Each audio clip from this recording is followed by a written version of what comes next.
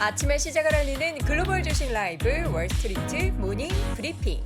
4월 7일 목요일 순서 시작하겠습니다. 네, 안녕하세요. 여도은입니다. 안녕하십니까, 정선입니다. 네, 지난 3월 초 중순 이후로 시장의 분위기가 또 네. 바닥권에서 계속된 회복을 보였을 때는 드디어 이제 우리가 악재도 다 불확실성이 해소가 됐고 악재는 잔존하고 있지만 우리는 희망적인 부분도 좀 바라볼 필요가 있다. 네, 그렇습니다. 여기에도 시장이 초점을 맞춘 것 같았는데 어제에 이어서 오늘도 매파적인 연준의 그 방향성에 대해서 시장은 또다시 하락으로 반응을 하게 됐습니다. 그렇습니다. 일단은 매파로 바뀌는 건 좋은데 네.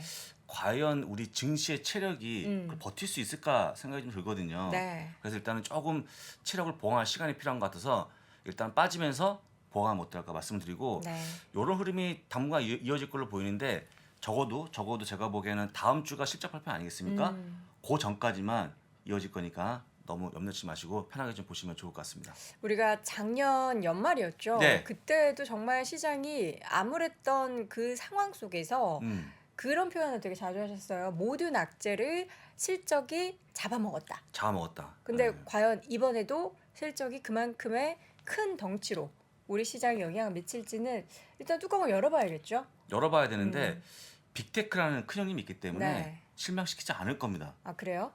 저는 그렇게 믿고 있고요. 어젯밤에 제가 말씀을 드렸으니까 대략 큰 기업들 실적을 보시면 좋은데 우리 애플 형님, 마이크로소프트 이런 기업들은 아마도 저희 기대를 부응할 걸로 보이기 때문에 네. 정말 다음 주, 다다음 주까지 이어진 실적은 잘 보시면 좋아질 것이라고 보시면 될 것 같습니다. 네, 잠시 후에 네. 방금 전 마감된 시장 분위기 과연 3월 FOMC 의사록이 공개가 됐어요. 근데 공개가 되고 나서 오히려 시장이 조금 낙폭을 줄였죠? 줄여갔는데 줄였습니다. 뭐 예. 어떻게 보면 불확실성 해소 뭐 이게 그렇습니다. 터지긴 그 정도 터졌다? 보시면 뭐 이 되겠죠. 정도로 네.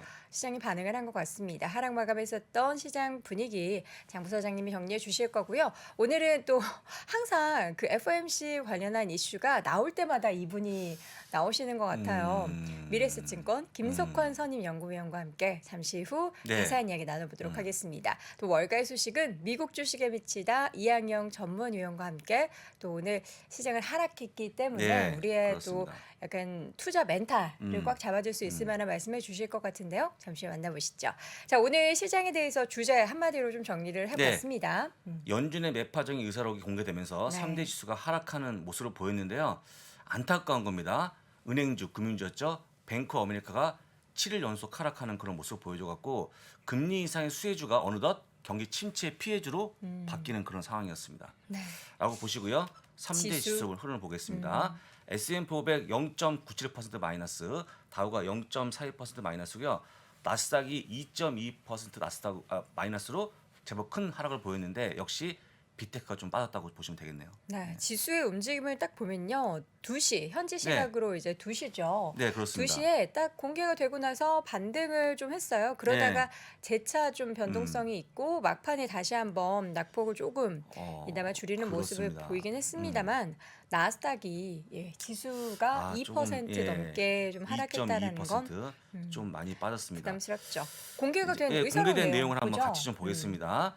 일단은 3월 FOMC 의사록이 공개가 네. 됐는데요. 5월부터 950억 달러의 자산을 축소하겠다. 즉 뭐냐면요. 국채 600억 달러, MBS 350억 달러를 줄이면서 더 이상 이제는 확대하는 게 아니고 축소하는 그런 모습으로 보일 거니까 이게 시장에 약간의 좀 움직이게 했던 그 요인이라고 보시면 좋을 것 같고 그다음에 5월 달에 FOMC에서 0.5% 가능하다는 언급이 나왔습니다. 회의록에서. 네. 그러니까 실제 5월, 6월, 7월은 거의 뭐 50bp가 거의 100%가 아닌가 싶어서 말씀드리고요. 네. 하지만 일단은 매파적이지만 오히려 공개된 다음에 심지어 약간 안도되는 그런 모습 보였는데 아까 말씀하신 것처럼 주가는 올라오지 못했습니다만 약간의 안도하는 그런 모습이 나왔다는 거는 좋은 소식이었다고 보시면 될 것 같습니다. 저 5월부터 950억 달러 규모가 우리나라 돈으로 따지면 약 116조 정도 되는 규모라고요. 정확합니다. 어떻게 뭘로 계산했습니까? 머리로요. 머리로. 뉴스가 다 알려지더라고요. 1200. 그렇군요. 네. 해서 일단은 큰 자금을 줄이는 건데 네. 사실 이 포인트가 여러분들 이게 줄인다 이게 중요한 게 아니고 이것 때문에 혹시 장이 빠질까 되게 두려워하시는 거거든요. 그러니까 이게 원래 금융시장의 약간 저승사자 같은 그렇죠. 그런 존재라서 테이퍼링, QT가 테이퍼링보다 더 무섭다. 그렇죠. 뭐 여러 가지 단어가 나오긴 하는데 어쨌든 결과적으로 중앙은행이 시중은행에서 돈을 그냥 가져간다는 그런 그렇죠. 의미잖아요. 그렇습니다. 이제 그런 기사가 나오자마자 빠르게 움직인 게 있는데요. 10년물 국채 금리가 빠르게 올라가면서 2.6%까지 올라가는 그런 네. 모습 보였다는 거 3년 만에 최고치입니다. 사실 뭐 좋은 거죠. 좋은 건데 네. 이런 포인트보다는 사실은요. 빠르게 우리가 제가 그동안 얘기했던 CM 패드 워치들을 보시면 좋은데 정말 재미난 움직임이 있었거든요. 어떤 같이 좀 느낌이요? 보시면 좋을 것 같습니다. 바빠진 CM 패드 워치 툴인데요. 네. 올해 9번 인상은요. 5일장 끝나고 나서는 39.1% 확률이었습니다. 4월 5일. 예, 네. 그다음에 6일장 시작 전에는 약 5%로 일단 한다 했는데 다시 한번 지금은요 39%로 올라가는 그런 모습 보였죠. 이 포인트가 뭐냐면 9번이 10번이 왔다 갔다 하는 그런 모습 보였는데 어제 장 시작 전만 해도 거의 붙었습니다. 9번, 10번이. 쟁쟁했거든요. 근데 오늘은요 다시 벌어지는 그런 모습 보여갖고 10번은 좀 너무 많은 것 같다 하니까 솔직한 얘기로 아주 미미하지만 조금 더 시장 친화적인 모습이 나온 게 아닌가라고 볼 수 있을 것 같습니다. 올해 FMC가 몇 번 여섯 남았죠? 번. 6번인데 10번 하면은 네 번은, 50bp를 네 번이나 올린다는 예, 네 번은 그런 50bp 계산인 한다는 거죠. 거죠. 예. 뭐 75bp 뭐 이런 거는 아, 그거는 안 되고요. 그거는 네. 뭐 그건 이런 거죠. 제가 갑자기 한 달 만에 음. 20kg 빼겠다. 라는 공약과 거의 흡사한 말도 안 되는 그런. 정말 몸집이 정책입니다. 크신 분은 가능합니다. 제가 실제로 아, 아는 저요. 지인이 저 특히 이렇게 약간 통통하신 분들이 약간 약간 통통한 분들 20kg 뺀다는 거의 불가능 아니겠습니까? 그렇죠. 지금 눈빛에 지금 너무 고개를 저렇게 돌렸어요, 보시는데 그냥. 아니 네. 이해가 되시죠? 예, 이해하기 위해서 예, 억지로 예, 얘기한 그렇- 겁니다. 그렇죠, 어쩔 수 없이. 그렇죠. 예. 예. 그래서 일단은 알겠습니다. 이런 흐름을 보시면 될 것 같고요.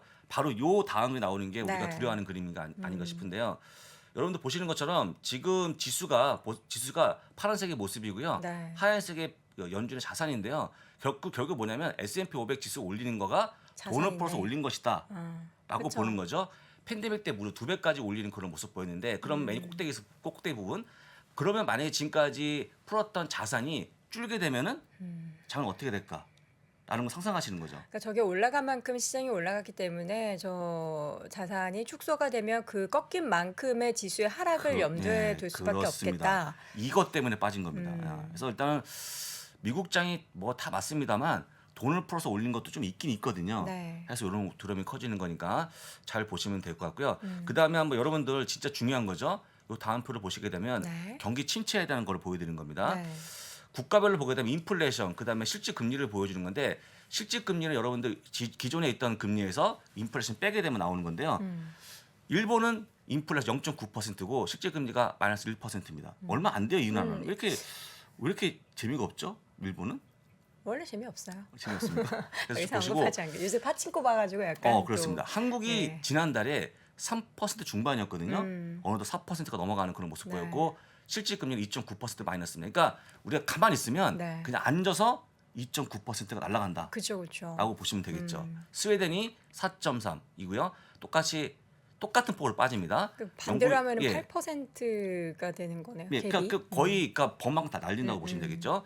영국은 6.2%에 마이너스 5.5% 실질 금리가 있다고 네. 보시면 될 것 같고요. 미국은 말이죠. 7.9%에 아. 실질 금리가 7.5% 마이너스입니다.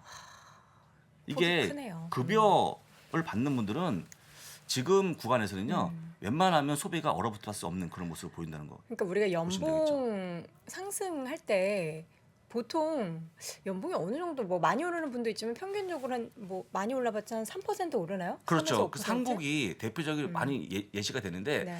실질 금리가 2.9% 마이너스면 연봉 올려주는 딱 그 폭이 네. 그렇죠. 그러니까 물가 상승가 되기 때문에 지금 보여주고 있는 표를 본다 그러면 네. 우리 급여 소득자 같은 분들은 상당히 어렵지 않을까? 그냥 똑같은 거죠. 예, 그런 모습이 안 나온다고 좋고. 보시면 될 것 아, 같고요. 근데 터키는 뭐 무슨 터키는 일이 있어요? 저 이게 궁금합니다.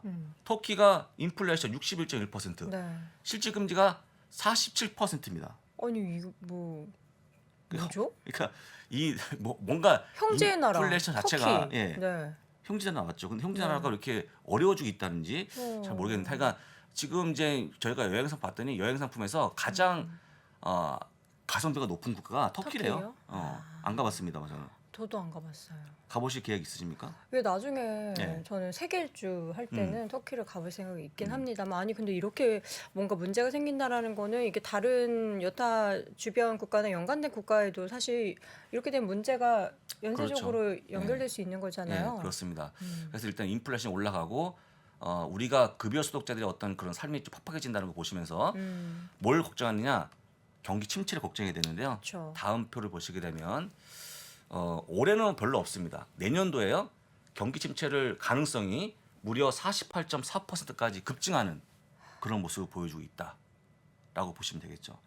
그다음에 점점 낮아지는데 중요한 건 내년이기 때문에 내년을 잘 버티면 좋은데 잘 못 버티면은 그토록 어려웠던 아래 공포가 언습하지 않을까 그렇게 볼 수 있을 것 같습니다. 이 경기 침체를 좀 미리 우리가 또 대비하는 방법 같은 건 없나요? 쉽지 않죠.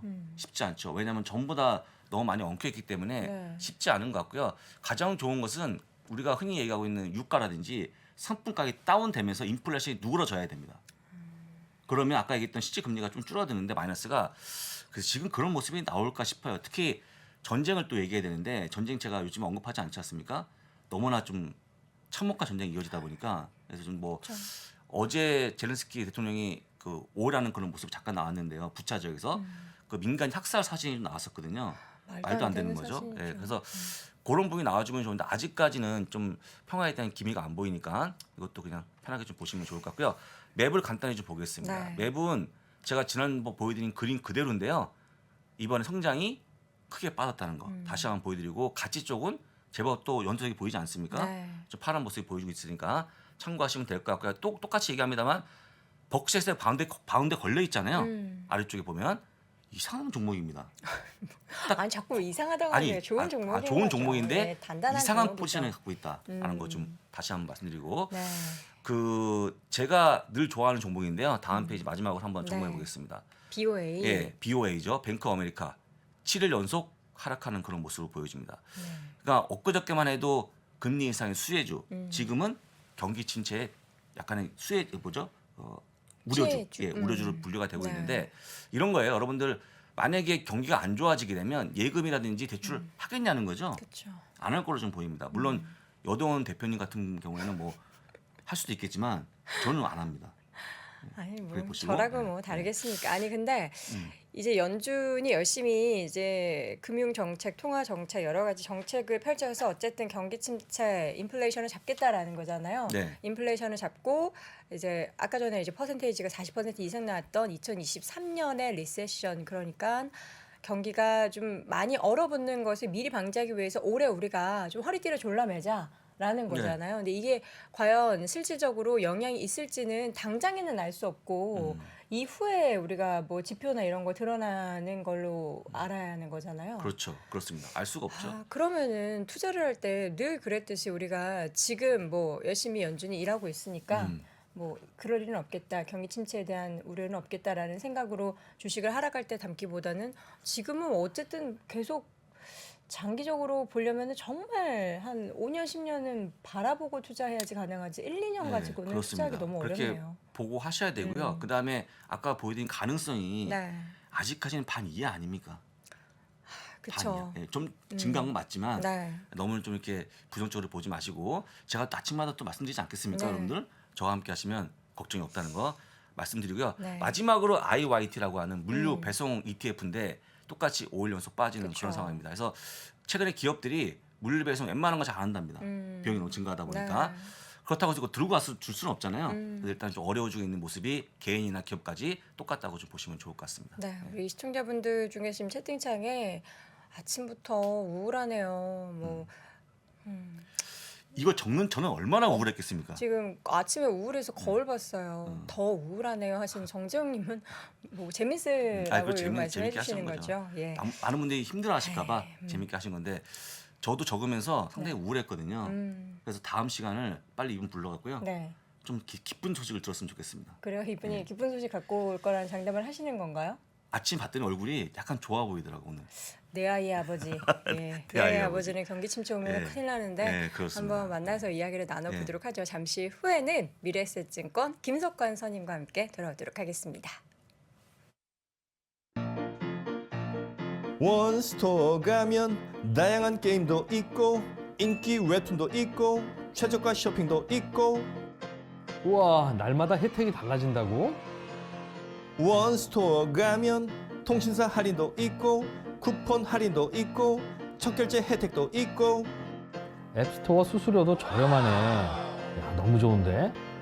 같은 앱도 원스토어에서 받으면 다르니까 앱생활이 확 바뀌는 앱스토어 원스토어. 이미 내 폰에 있다고? 안녕하세요. 이나무입니다. 삼성증권 초대 리서치 센터장, 메릴 린치 한국 공동대표, 30년이 넘는 국제금융 국제투자 경험으로 여러분들에게 좋은 투자 습관을 만들어 드리겠습니다. 국내외 증시의 핵심 이슈부터 국내외 간판 기업들의 이슈와 리스크 대응 방법까지 유튜브에서 만나요. 이나무의 좋은 주식 연구소.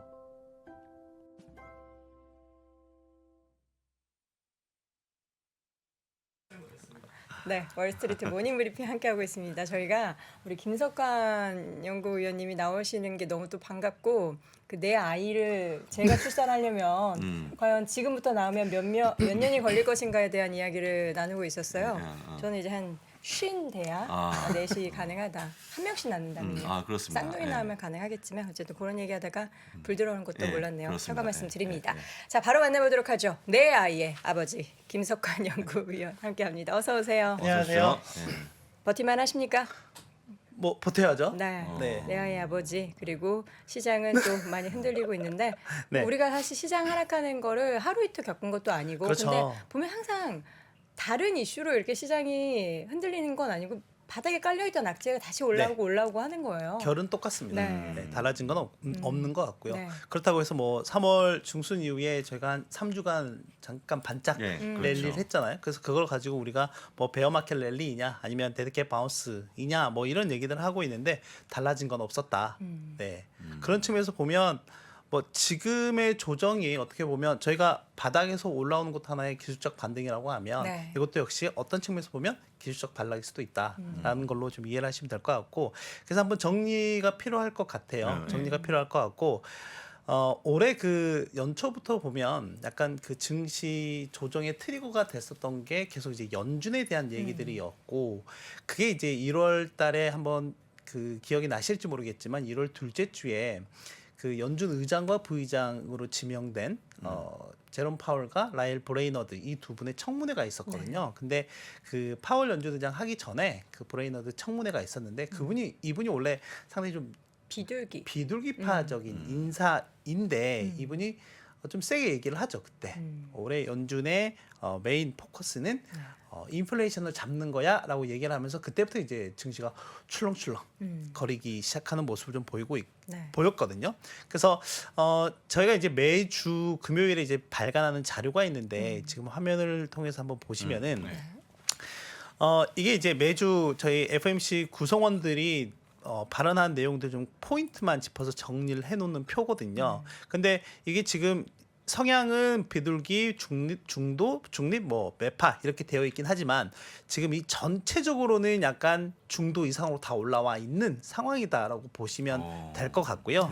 네, 이 라일 브레이너드 부의장 같은 경우는 아직 뭐 상원에서 넘어가지 않았기 때문에 지명자이긴 하지만은 한 달에 한 번 정도 나옵니다. 네, 한 달에 한 번 정도 나오는데 지금 공교롭게도 1월달 조정의 트리거가 됐었고 그리고 이번 또 조정의 트리거가 되고 있는 상황인데 이게 좀 어떻게 진행이 될지는 좀 더 지켜봐야 될 것 같은데 일단 구원 투수라고 한다면 지금 보시면은 제가 연초 이후의 움직임들을 이제 표로 작년과 좀 비교를 해서 정리를 해놨는데 일단은 뭐 지금 연준과 관련한 이슈가 계속 불거지면서 연초에 조정이 좀 진행이 됐었고 이제 1월에서 2월로 넘어오는 시즌에 이제 빅테크들의 실적이 잘 나오면서 잠깐 또 반등을 했었고 이제 2월 달 들어서는 뭐 아시는 것처럼 지정학적 이슈나 이런 부분들이 불거지면서 또 큰 폭의 조정을 좀 겪긴 했었지만 3월 FOMC 회의 이후에 어느 정도 이 불확실성이 해소가 되면서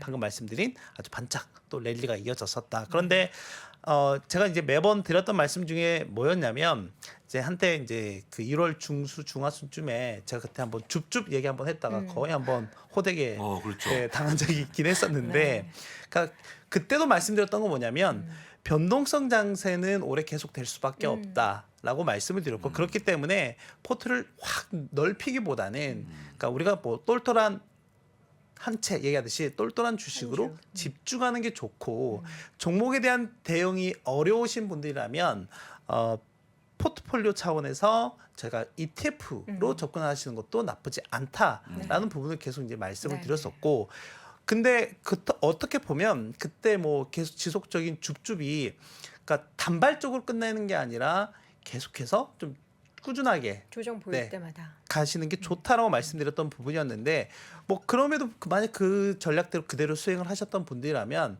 그렇게 뭐 마음이 조급하지는 않지 않을까 생각이 그렇죠, 되고, 그렇죠. 그때도 예. 말씀드렸던 예. 부분 중에 뭐였냐면, 지금쯤 또 새롭게 미국 주식에 들어가시는 분들이라고 하면 오히려 마음이 편하다. 그렇죠. 네, 가격이나 밸류에이션 측면에서의 부담은 없는 상황이기 때문에 그렇다라고 보시면 될 것 같습니다. 그리고 저희가 지금 뭐 아까 저희 장 부사님께서 여러 가지 얘기들을 해주시긴 네. 했지만, 오늘 이제 그 FMC 의사록이 발표가 됐잖아요. 그래서 보실 거는 두 가지밖에 없었어요. 두 가지가 바로 속도와 폭의 문제였거든요. 그러니까 그 속도와 폭이 바로 금리라고 하는 측면과 양적 긴축과 관련한 부분들이었는데, 저도 뭐 뒤에 내용을 좀 준비하긴 했지만 일단 뭐 결론적으로 말씀드리면 속도와 폭 둘 다 강해질 수밖에 없었다라고 하는 부분이 이미 또 우리가 알고 있었던 부분이고 계속 얘기하고 있었던 부분이었다라고 좀 본다라고 하면, 일단은 이제 이게 자연스럽게 다음 주부터 또 실적 시즌으로 들어가게 된 상황이거든요. 일단 시장의 눈높이는 좀 상당히 좀 낮아져 있는 상황이기 때문에 그런 부분들, 이게 만약에 이제 기업들의 실적이 좀 더 시장 예상을 상회하는 모습으로 좀 나오는 모습들이 나온다라고 하면, 일단 시장의 추가적인 조정에 대한 부분들은 어느 정도 제한될 가능성이 높다라고 좀 보고 있는 상황입니다. 네. 실적 발표가 무엇보다 지금 시기에 중요할 것 같아요. 지금 우리 부사장님은 그 빅테크라고 불리는 형님들을 믿는다라고 하는데 믿습니까? 믿어야죠. 안 믿으면 국내 투자자분들 멘탈 붕괴됩니다. 네. 그리고 믿는 그러니까 게 발등 찍힐까 봐. 그러진 않을 것 같아요. 네, 그러진 않을 것 같고, 뭐 네. 우리나라면은 약간 상황이 좀 다를 수 있겠지만 미국은 좀 다르다라고 그래요? 생각이 되고, 일단 결론부터 말씀드리고자 하는 거는 뭐냐면, 네. 저는 위기에 강한 기업에 투자하는 게 맞다. 위기에 그래서 그 강한. 똘똘한 주식에 투자하는 게 맞다. 그러면 위기에 강한 주식은 뭐냐? 저는 3하이를 봅니다. 세 가지 하이. 높은 것들을 보는 게 좋을 것 같다. 뭐죠? 첫 번째, 높은 생산성을 갖고 있는 회사들. 이라고 보시면 될 것 같고, 또 생산성. 하나는 네. 높은 현금 창출력을 갖고 있는 회사들. 그러니까 우리가 생각하는 성장주들이라고 하면, 그러니까 국내에 있는 성장주들이라고 하면 성장성은 좋은데 당장 근데 돈 못 벌어. 이러면 이거는 이제 이런 상황에서는 거의 뭐 철퇴를 맞는 거거든요. 주가가. 그런데 그럼에도 불구하고 미국의 빅테크들이 버티는 이유가 돈 잘 버니까. 있다라고 하는 거고, 그리고 또 하나는 가격 결정력을 갖고 있는 회사. 그쵸. 저희가 지금 이 인플레이션 상황에서 계속 얘기하고 있는 게 가격 결정력을 갖고 있는 섹터, 산업, 테마, 기업에 그렇죠. 집중하자라고 그렇죠. 얘기를 하고 있는데, 일단 뭐 기본적으로 가장 대표적인 건 소비재 섹터에 있는 건 맞아요. 네, 소비재 섹터인 건 맞는 것 같고, 그런데 이제 이런 기업들이 정말 계속해서 성장하는 산업이냐라고 하는 부분에 대해서는 약간 한번 고민을 좀 해보시는 필요는 있을 것 같다. 다만 지금 우리가 인플레이션 장세에서 그 해지 차원에서 어떻게 보면 이제 포트를 구성하는 차원에서는 접근하는 것도 뭐 나쁘지 않긴 하겠지만, 네, 일단 아무튼 그런 부분 좀 체크하시면 좋을 것 같고, 기본적으로 이제 이걸 기반으로 해서 계속해서 그렇잖아요. 저희가 계속 말씀드렸던 부분 중에 미래를 만들어가는 회사, 세상을 바꾸는 회사, 그런 기업들에 좀 더 관심을 갖는 게 좋다. 근데 그런 기업들은 우리 국내 투자자분들이 잘 갖고 있으세요. 그렇죠. 네, 그래서 상위 그런 기업들을 종목에. 잘 보실 필요가 있다. 그럼 지금 이런 대외 여건 상황으로 인해서 그 기업들의 펀더멘털의 본질 가치가 변했느냐라고 하는 질문을 다시 한번 던져본다라고 하면 네. nope, 아니잖아요. 네, 아니잖아요. 그리고 또 하나는 저희가 이제 코로나가 이제 거의 아직 뭐 막 끝나지는 않았지만 일단 국내 같은 경우에도 어느 정도 적점을 지나가고 네. 있는 상황에서 위드 코로나도 이제 가속도가 붙어가고 그렇죠. 있는 상황이잖아요. 그렇죠. 그런 측면에서 봤을 때 리오프닝과 관련한 기대감을 갖고 있는 섹터에 대한 관심은 좀 지속적으로 가져볼 필요가 있을 것 같고, 또 하나는 오늘 그 장중에 움직였던 것 중에 특이했던 게 헬스케어 섹터가 상당히 좋은 모습을 좀 보였거든요. 네. 근데 국내 헬스케어 섹터에서 의미 있게 돈을 버는 회사들은 그렇게 많지는 않습니다. 근데 여러분들이 아시는 뭐 파이자나 존슨앤존슨이나 뭐 아스트라제네카나 등등의 이런 회사들은 거의 뭐 매출이나 영업이익 단위 뭐 조 단위 이상으로 다 넘어가는 블록버스터 회사들이잖아요. 이제 그런 기업들이기 때문에 이런 기업들은 지금 또 주가가 최근에도 많이 조정이 나와 있는 상황이기도 하고 그래서 그런 기업들에 대한 헬스케어 섹터에 대한 관심도 저는 가져보심도 나쁘지 않다. 그래서 개별 기업으로 좀 접근하시기 힘들다라고 하면 저는 ETF가 답이다 라고 생각을 하고 있습니다. 그렇군요. 근데 저는 이제 이 질문을 정말 하고 싶지 않았거든요. 하지 마세요. 너무 잠깐만요. 해주세요. 너무 기사가 많아갖고 네. 우리 위원님이 생각하시는 장당임금 역전 네. 어떻게 보세요? 안 그래도 가져왔는데요. 가져왔습니까? 네, 이거 보시죠. 뭐 시청자분들이 좀 지겨워하세요. 너무 이제. 지겨워해서. 제 얼굴 보시는 것보다는 네.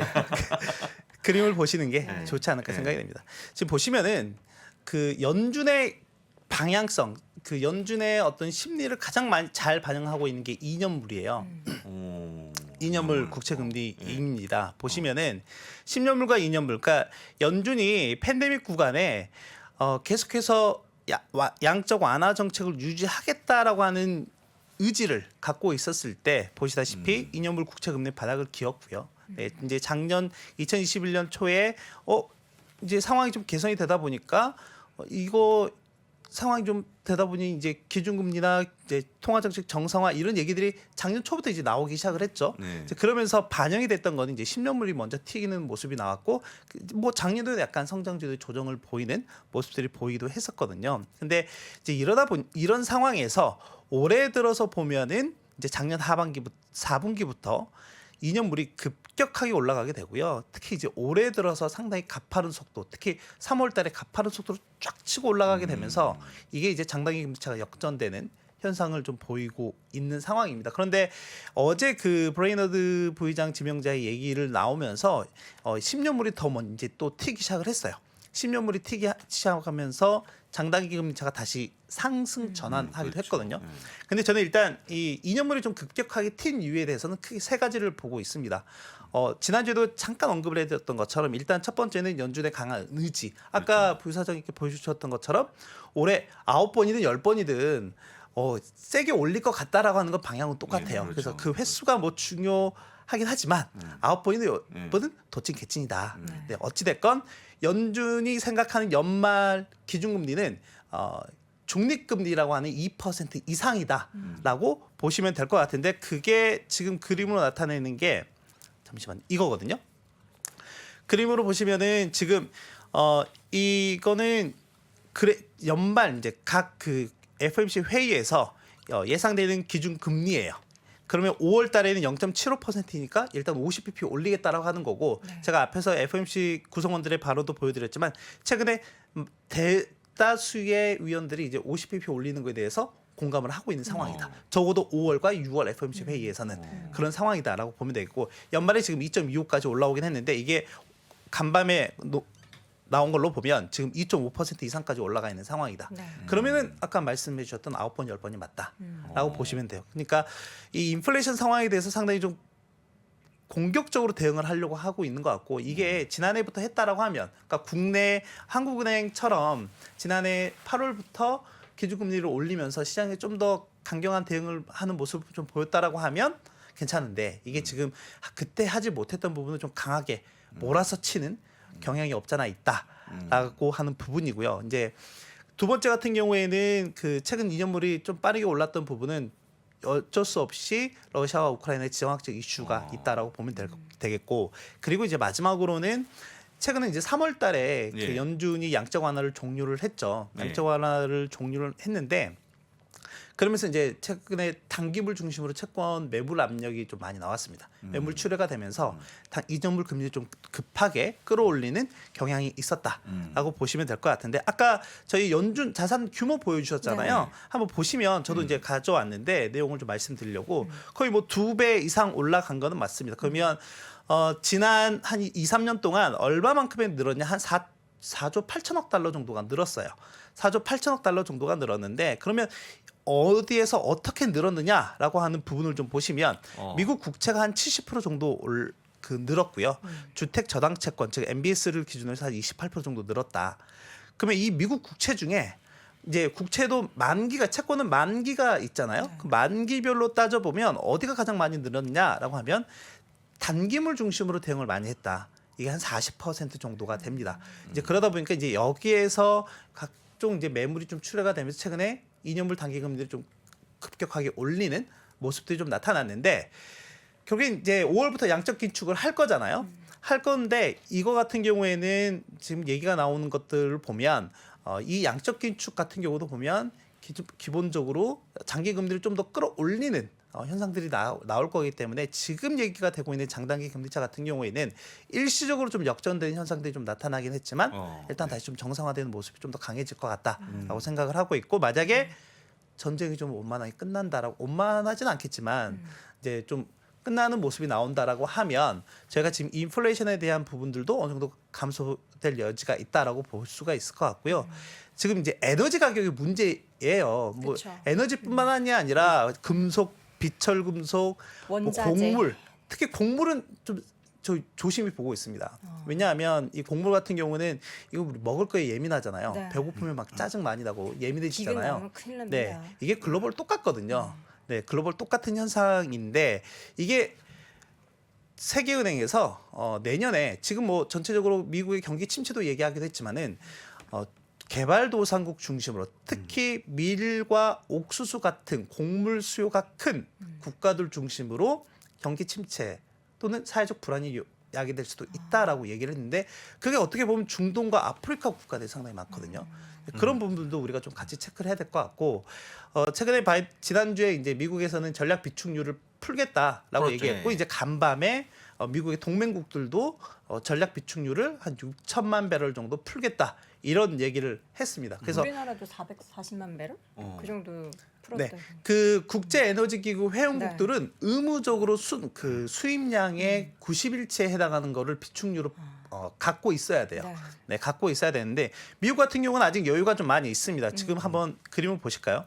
현재 미국 같은 경우가 지난해 11월 달 그리고 올해 초에도 그 전략 비축률을 이제 방출한다는 결정을 했는데 이번에 그 결정한 내용이 상당히 규모가 큽니다. 1억 8천만 배럴 정도가 되니까. 근데 저는 이게 좀 전략적인 판단이라고 생각이 돼요. 일단 첫 번째는 어떤 부분에서 전략적인 판단이냐고 본다면 일단 첫 번째는 이제 미국 내 의회에서 미국 내 그 원유 시추 업체들에게 시추 또는 이제 정비하는 업체들에게 정제하는 업체들에게 베네핏을 주기 위한 법안이 좀 준비가 되어 있는데 그 의회 통과하는데 좀 물리적으로 시간이 걸리기 때문에 그런 부분들이 좀 있다라고 하는 거고 해결되기 위해서 두 번째는 지금 보고 있는 이제 전쟁 이슈가 좀 해소가 되는 시간적인 여유를 벌기 위해서 된다라고 보시면 될 것 같습니다. 만약에 그 1억 8천만 배를 빼게 되면 이게 지금 거의 한 3억 배럴 초반대까지 이제 내려오는 부분이기 때문에 네, 일단은 뭐 그런 부분들까지 감안한다라고 하면 그럼에도 불구하고 아직은 좀 미국은 좀 여유가 있는 상황이긴 하지만 거의 한 30년 내 최저 수준까지 전략 비축률가 좀 떨어지는 모습은 보일 수 있다라고 보면 되겠고요. 이제 오펙을 봐야 되잖아요. 저희가 네. 오펙이 중요하긴 한데 저는 오펙의 원유 생산량은 지금 상당히 좀 역사적으로 낮은 수준에 와 있다라고 생각이 되고 지금 보면은 이 사우디, 이라크, 아랍에미레이트, 이란 요 4개 국가가 전체 생산 능력의 73%를 차지하고 있거든요. 그러면 솔직히 쿠웨이트 밑단으로는 볼 필요가 없고 요 4개 나라가 어떻게 액션하는지가 대단히 중요합니다. 이제 그 중에서 사우디하고 이라크는 뭐 일단 제외하고 생산 버퍼를 늘릴 수 있는 데가 아랍에미레이트와 이란이거든요. 지금 이들 나라의 전체적으로 평균이 한 85% 정도예요. 그러면은 만약에 아랍에미리트라고 이란이 생산 능력을 이 평균 수준만큼만 올린다라고 하면 하루에 1,300만 배럴이 늘어나게 됩니다. 러시아가 하루에 500만 배럴, 그렇죠. 4,500만 배럴 정도니까 충분히 커버할 수가 있는 상황이거든요. 근데 이제 물론 이거는 제가 생각하는 거고 물론 이제 오펙이라고 하는 부분에 있어서는 이제 이들이 어떻게 대응하는지는 또 나름대로의 카르텔이 형성이 되어 있기 때문에 그들의 이제 결정이 좀 필요한 부분이기도 하다. 하지만 최근에 뭐 아랍에미레이트 그리고 이란 이들 국가들은 일단은 이란 같은 경우에는 이제 미국과 좀 다시 한번 합의를 하려고 하는 핵 합의를 하려고 하는 과정에 있고 아랍에미레이트 같은 경우는 우리는 좀 더 미국에 협조할 수 있다라는 뉘앙스를 계속 이제 비치고 있는 상황이기 때문에 일단 에너지 가격은 좀 더 안정화될 수 있는 가능성이 좀 더 있어 보인다라고 있다. 생각이 됩니다. 에너지 가격 안정이 무엇보다 그 중요합니다. 인플레이션에 있어서 굉장히 크게 영향을 미쳤기 때문에 지금 일단 $100 미만으로 떨어진 내려오긴 것도 했죠. 너무 이제 많이 싸졌네라는 생각이 갑자기 그렇죠. 지금 주유소 가면 예, 들어요. 근데 이제 그게 반영되려면 뭐 다음 주나 돼야겠지만 우리나라보다 시차가 좀 있으니까. 아, 그렇죠. 네. 근데 이제 기본적으로 이게 가장 안정적인 가격대가 $60대 맞나요? 국제유가가 보통 기업의 실적에 부정적인 영향을 주지 않은 수준이 그 정도다라고 하는데 그 우리가 보통 이제 그 BEP라고 하죠. 네, BEP라고 하는데 그게 한 $60-70 네. 정도 수준입니다. 거기까지는 갭이 굉장히 많이 네, 그런데 뭐 남아있기 때문에. 최근에 이제 평균적으로는 그 최근 한 1년 동안의 그 평균 유가 그 수준을 보면 거의 한 $80에서 $90 정도 수준이기 때문에 네.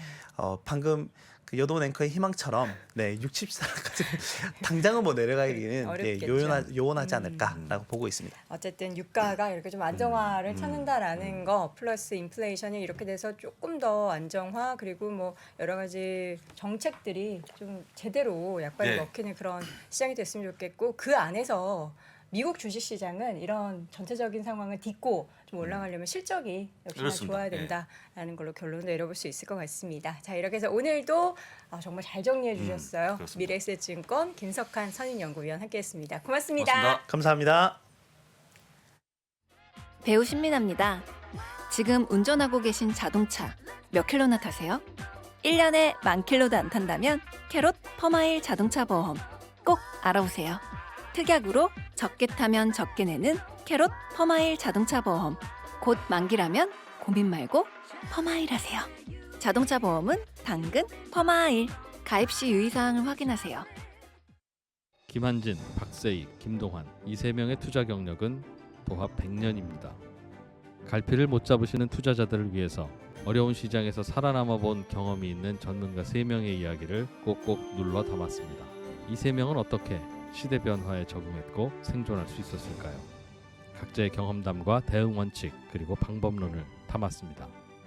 변화와 생존에서 3명의 이야기를 들어보세요.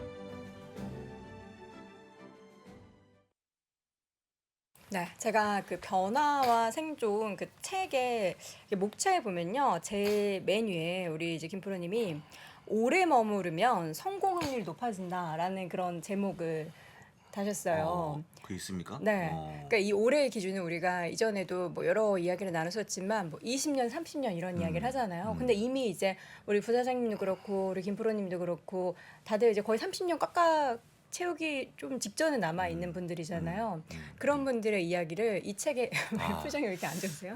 이 책에 담아 예. 두셨다고 합니다. 오래 머물렀더니 어떻다더라. 물론 이제 앞으로의 20년, 30년은 이전과 또 다른 변화가 있을 그렇습니다. 겁니다. 그러나 우리가 교과서 그리고 정석 왜 봅니까? 기본은 변하지 않습니다.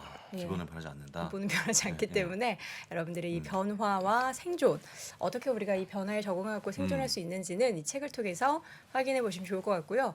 30년 얘기하니까 되게 민감하게 반응하시네요. 그렇습니다. 저보다 한 살 어리시기 때문에 예, 그렇습니다. 18살부터 주식 투자하신 장 부사장님과 함께하고요. 바로 만나보도록 네. 하죠. 미국 주식이 미치다 이항영 전문위원 함께합니다. 어서 오세요. 네, 안녕하세요. 네. 이항입니다. 왜 이렇게 나이에 다들 예민하신지 모르겠어요. 안 예민합니다. 뭐 예민할 게 어디 예민할 게 있습니까? 뭐가 있습니까? 다 제 아래이기 때문에 예. 자, 시장 얘기하죠. 네. 시장이 또 이제 연속적으로 이렇게 하락을 하다 보니까 네. 불안감, 불안할 수도 예, 있죠. 불안감이 예, 생겨요. 불안할 수도 있는데 네. 결론부터 말씀드리면 불안한 분이 있죠. 네. 그리고 유유하신 분이 계시거든요. 그리고 그런 분들은 아마 그 상당히 집중된 주식들을 갖고 계실 것 네. 같습니다. 네, 그리고 약간 분산보다는 집중한 거. 근데 저는 이제 집중도 나쁘진 않다고 보고 있어요. 제가 이제 가끔 만나는 사람 중에 저는 웬만하면 분산 투자하라 그러지만 제가 이제 지인이 외국에 있는 분이 있는데 그분은 벌써 4년 전, 3년 전 얘기인데 집중 투자를 합니다. 어디? 예전에 한 3년 전에는 테슬라만 거의 이제 우리 속칭 몰빵했고 그다음에 또 아마존을 몰빵했어요. 근데 아마존 이후엔 재미없지만 테슬라는 그분이 재물을 많이 봤어요. 근데 저는 그분은 몰빵하시라 그랬어요. 왜냐하면 그분은 진짜 좋아서 한번 하고 안 봅니다 주식을 몇 년 동안 안 봐요. 그러니까 그런 분은 되지만 그렇지 않은 대부분의 경우에는 분산 투자를 하셔야 된다라고 분명히 말씀드릴 수 있고요. 아니면 본인 확고한 생각이 있으면 어느 정도 비중을 좀 늘릴 수 있죠. 저만 하더라도 저도 한 성장주가 8-90%될 겁니다. 저만 하더라도. 그래서 좀 저는 큰 걱정은 안 하거든요. 왜냐하면 확고한 제 생각이 있기 때문에. 그렇지만 웬만한 분들은 분산 투자가 그냥 생명줄이란 거를 그냥 책상에도 써붙여놓고 뭐 모니터 옆에도 써붙여놓고 요즘은 핸드폰에 그 뭐죠? 처음에 배경 화면 있잖아요. 그러니까 생명줄이라고 써놓으세요. 분산 투자. 분산 네, 그 투자 핸드폰 많이 딱 핸드폰에 보이는 거 생명줄. 있잖아요. 그러니까 예쁜 여자, 예쁜 멋있는 남자 하지 말고 그날에 그냥 생명줄 분산 투자를 써놓으시게 진짜 진심 그렇게 말씀드리겠는데요. 네. 오늘 이제 약간 한번 떨어졌다고 말씀하셨지만 부사님도 그렇게 느끼셨겠지만 저는 어제랑 판박이라고 보고 있어요. 판박이. 똑같습니다. 나스닥도 한 2% 정도 떨어진 것도 똑같고요. 상대적으로 다우지수나 S&P 그나마 약간은 좀 선방한 거라는 물론 떨어졌지만 그리고 어제는 화면 보시지만 그 브레너든가요? 어제는 이제 연준 부의장이 진영자. 좀 겁나는 얘기를 했잖아요. 또 오늘은 연준 의사록으로 문서화된 게 나왔을 뿐입니다.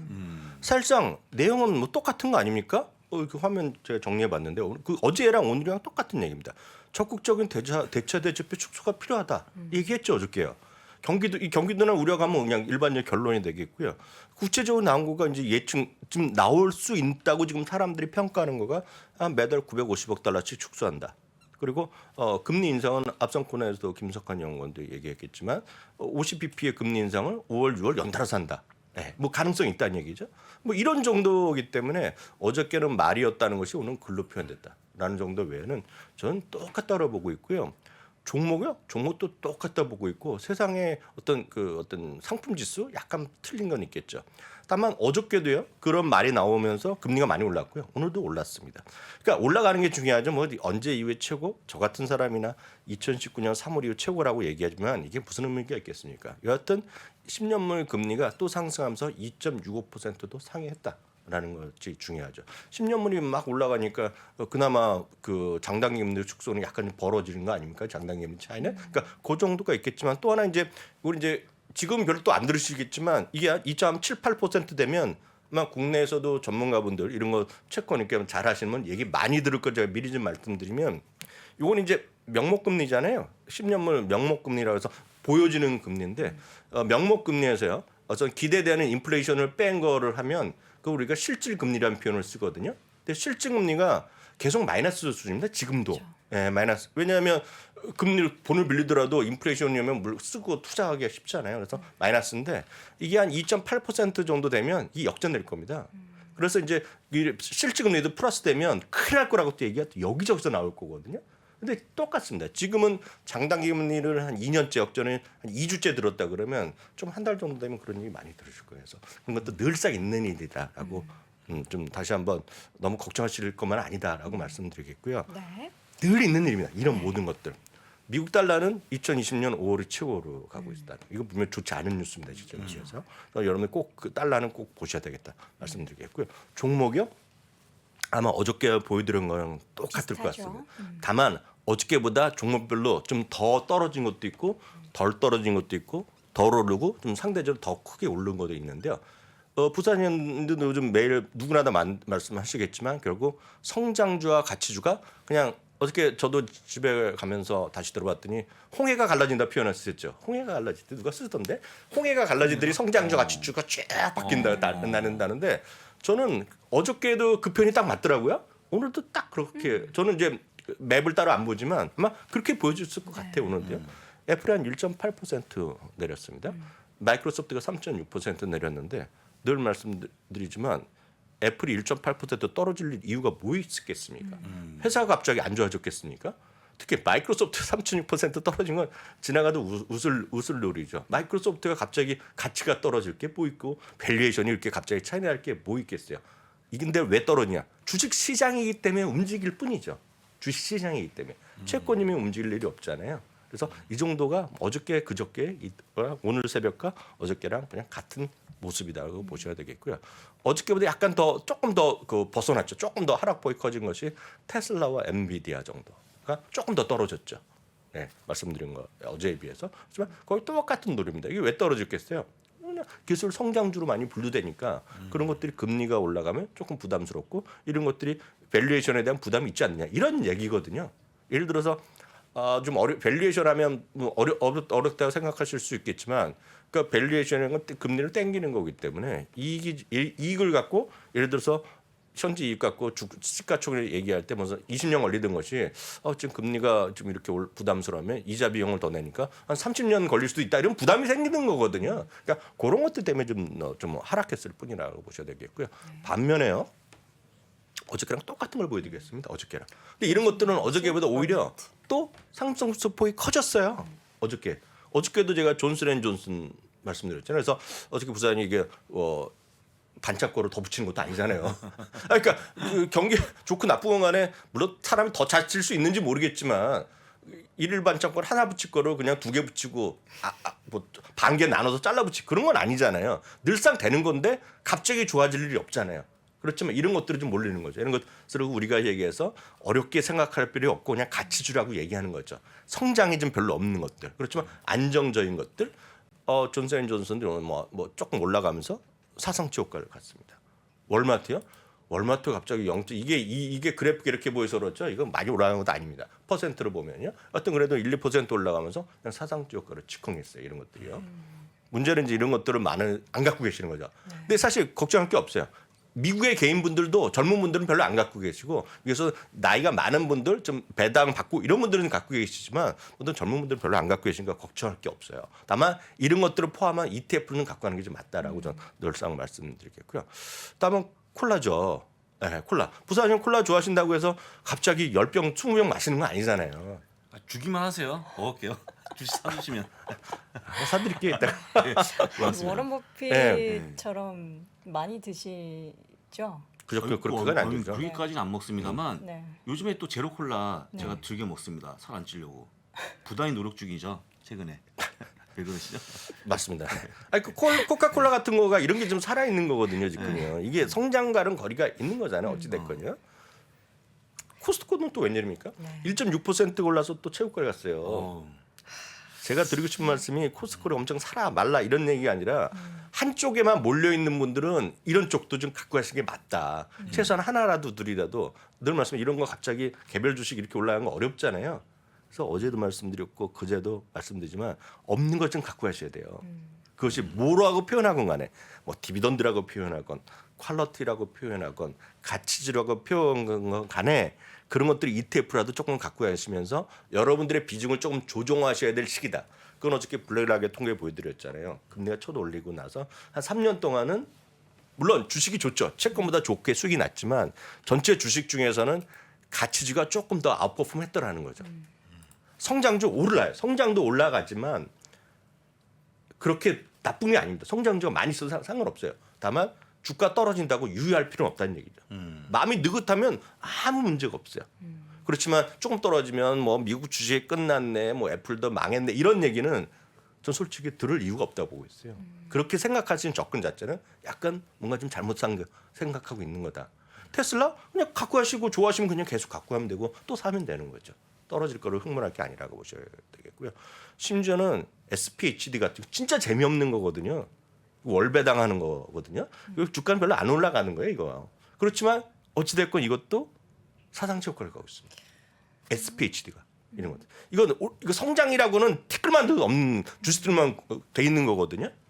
다만 이게 연 한 3.7%로 낮아져 있습니다. 주가가 올라가서 연 3.7%를 매달 12분의 1로 나눠줍니다. 그래서 이거는 미국에서도 연세가 많으신 분들, 은퇴하신 분들 그리고 저희한테도 질문하더라도 은퇴를 준비하신 분은 조금씩 해보시라고 하는 거예요. 월배당으로. 그래서 이런 것들이 최고가 가는 그런 시장이라는 거예요.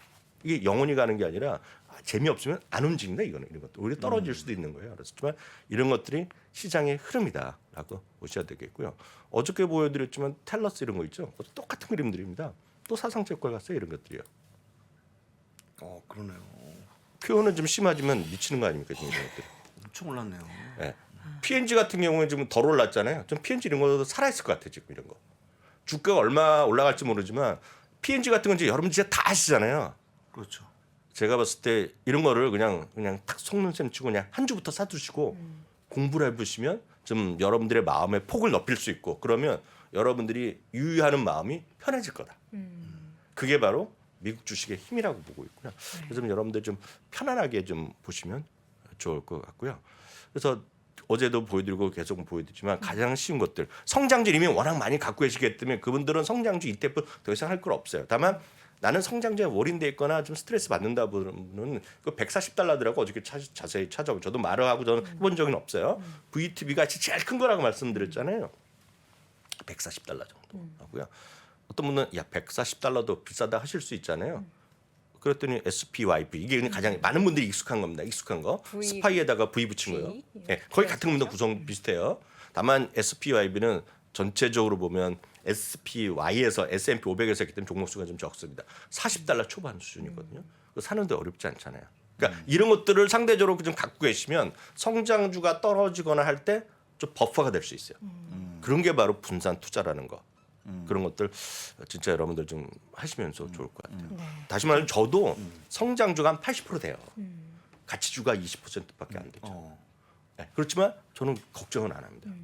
그럼 이제 그 20%가 올라가니까 전체적으로 분명히 마이너스지만 올라갔을 그렇게 떨어진 거에 대해서 지수가 3% 떨어질 때 제가 3%만큼 스트레스를 받느냐? 그렇지는 않겠죠. 한 1.5% 정도 받겠죠. 그래서 그게 바로 주식 투자의 분산 투자라는 거죠. 종목을 찍는 게 아니라. 그래서 그런 것 좀 여러분 진짜 진지하게 고민하시면 좋을 것 같고요. 오늘 시간이 되니까 제가 이거 한번 잠깐 말씀드리겠습니다. 파이퍼 샌드라는 곳에서 1년에 2번씩 항상 10대들의 소비 패턴을 설문조사합니다. 그래서 이거는 이제 저희가 이제 이 방송에서도 저희가 3%에 나온 지 2, 3년 됐기 때문에 꾸준히 나올 때마다 말씀드렸고 다양한 특집으로 구성해 드리는데 일단 전체 풀 레포트는 아직 다 발표를 안 했는데 전체적으로 큰 그 요약은 나왔어요. 그래서 그걸 잠깐 말씀드리겠습니다. 이번에도 한 달 동안 조사하면서 미국의 44개 주에 7,100명한테 설문조사를 한 겁니다. 온라인으로. 그래서 그러면 상당히 정확하고 여기는 뭐를 지금 사고 있는지 팔고 있는지 좋아하는지를 정확히 나옵니다. 오늘은 대표적으로 흥미로운 거 몇 가지만 여러분들을 소개해드리겠는데요. 첫 번째는 애플이 압도적인 지위를 여전히 유지하고 있다는 겁니다. 아이폰 점유율이 87%입니다. 10대들 사이에서요. 작년 가을, 여름에, 봄에 88%였는데 조금 한 단계 내려갔지만 여전히 87%로 압도적인 게 되겠고요. 그럼 그 다음한테 물어본 건 너 다음에 뭐 살게 물어봤더니 여전히 87%가 다음 스마트폰도 아이폰이에요라고 대답한 겁니다. 10대라고 말씀드렸습니다. 너 핸드폰 바꿀 계획이 있냐 그랬더니 앞으로 그들 중에 23%가 바꾸는데 뭘 바꾸겠느냐? 아이폰 13으로 바꾸겠다. 그러니까 그만큼 아이폰 13의 수요가 여전히 살아있다는 거가 되겠고요. 여기서 흥미로운 거 하나 더 말씀드리면 작년 가을부터 첫 조사를 한 거가 시계도 조사했는데 시계도 1등이 애플입니다. 지금요. 그러니까 30% 이상 갖고 있고요. 이번에 처음 발표한 게 제가 작년에 못 봤는데 이번에 처음 발표한 거가 이어폰이 있지 않습니까? 72%가 에어팟을 지금 갖고 있다고 합니다. 에어팟을요. 갖고 계세요? 저요? 네. 아니요. 저- 저는 선 이렇게 연결하는 게 더 좋더라고요. 전부 저렴이를 가는 거 쓰죠? 아니 저는 아예 그 끈 없는 거를 못 쓰겠어요. 아 그러세요? 네, 잃어버릴까 봐. 네, 뭐 그럴 수도 있죠. 근데 저는 이제 네. 에어팟을 아직 없는데 저희도 뭐 아이폰 쓰죠. 제 근데, 동생도 쓰긴 네. 하더라고요. 근데 미국의 젊은이들 10대가 72%가 에어팟을 갖고 있다는 겁니다. 여기서 이제 추가적으로 나눈 거죠. 페이 있죠, 페이. 미국에서 페이. 결제는 미국 애들은 우리나라랑 약간 달라서 여전히 현금을 제일 많이 씁니다. 우리나라 압도적으로 현금 사용률이 높아요. 미국이란 나라는 워낙 자체가. 그건 여러 번 말씀드렸다시피 은행 계좌가 없거나 은행 계좌에서 카드가 없을 수가 있기 때문에 많은데 이번에도 캐시 그 현금 말고 결제하는 앱으로는 애플페이가 1등했어요. 왜? 아이폰을 이렇게 많이 쓰고 있기 때문에 1등했고요. 2위가 페이팔이 됐고요. 3위가 이제 스퀘어입니다. 스퀘어가 1등했고요. 보시면 되겠고요. 스포츠 의류까지 말씀드리면 딱 맞을 것 같은데요. 스포츠 의류는 나이키가요. 나이키가 11년째 1위입니다. 스포츠뿐만 아니라 의류에서요. 의류장 전체에서 압도적인 1위를 11년째 하고 있습니다. 지금 여기가요. 근데 흥미로운 것은 룰루레몬이 작년 봄에 4위였고요. 가을에 4위로 잠깐 내려갔었는데요. 이번에 3위로 올라오면서 사상 처음으로 3위를 기록했습니다. 룰루레몬이. 뭐 H&M, 아디다스 이런 거리 4, 5위, 2위가 아메리칸 이걸 피터가 있는데요. 여하튼 룰루레몬 이런 것들이 여전히 관심을 보셔도 될 것 같다. 이거 어떤 사람들의 설문조사 보면 되겠고요. 네, 룰루레몬이 엄청 많이 언급 언급되고 있어요. 그래서 오히려 투자자분들은 너무 많이 언급되니까 네, 그럴 좀 수 있죠. 부담스럽다. 네, 룰레몬은 아마 매매하기 쉽지 않습니다, 솔직히. 네. 왜냐하면 선호도가 워낙 뚜렷하고 그쵸. 연세가 조금 있으면 남사스럽게 어떻게 저렇게 있냐는 소리가 딱 나오기 때문에 그런 생각하시면 살 이유가 하나도 없어요. 다만 이제 미국에서도 10대 오늘도 요번에 확인했는데 10대에서 약간 어퍼 클래스 돈이 부유층에서는 압도적인 1위입니다. 룰레몬이. 그러니까 이런 것들이 있기 때문에 이런 걸 선호하시는 분들의 입장에서 보면 이런 것들 좀 보시면서 물론 저만 하더라도 나이키가 훨씬 좋은 회사죠. 다들 인정하니까 그 정도 이해하시면 될 것 같습니다. 그리고 오늘 준비가 많은데 시간이 다 못해갖고 혹시 궁금하신 거 많으신 분은 저희가 오늘 8시 20분부터 아무 얘기의 시간 진행하니까 네. 참고해서 여러분 보시면 되겠습니다. 네, 아무 얘기는 미국 주식에 미치다 유튜브 채널에서 진행하니까 여러분 참고하시기 바랍니다. 네, 지금까지 미국 주식에 미치다 이항현 전문위원 함께했습니다. 고맙습니다. 네, 감사합니다.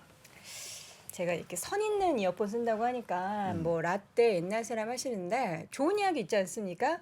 클래식하다. 전 옛날 걸 좋아하기 때문에. 저도 그래요. 예. 갬성이라 그러죠? 저도. 네. 저는 이렇게 선 있는 게 뭐 더 사운드가 좋은 것 같고 그래가지고 쓰는 거니까 여러분 옛날 사람이라 놀리지 마시기 바랍니다. 자, 이렇게 해서 오늘도 월스트리트 모닝 브리핑 함께 했는데요. 시장이 또 연속적으로 특히나 나스닥 시장이 하락하다 보니까 불안한 마음 가지실 텐데 저희와 이렇게 한 시간 쭉 함께 하시면서 그 마음이 조금 덜어졌으면 좋겠습니다. 네. 내일 이 시간에도 여러분과 함께 이 자리로 돌아올 테니까요. 6시 30분 내일도 잊지 마시고 함께 해주시기 바랍니다. 잠시 이어지는 오늘 아침 라이브도 함께 해주세요. 고맙습니다.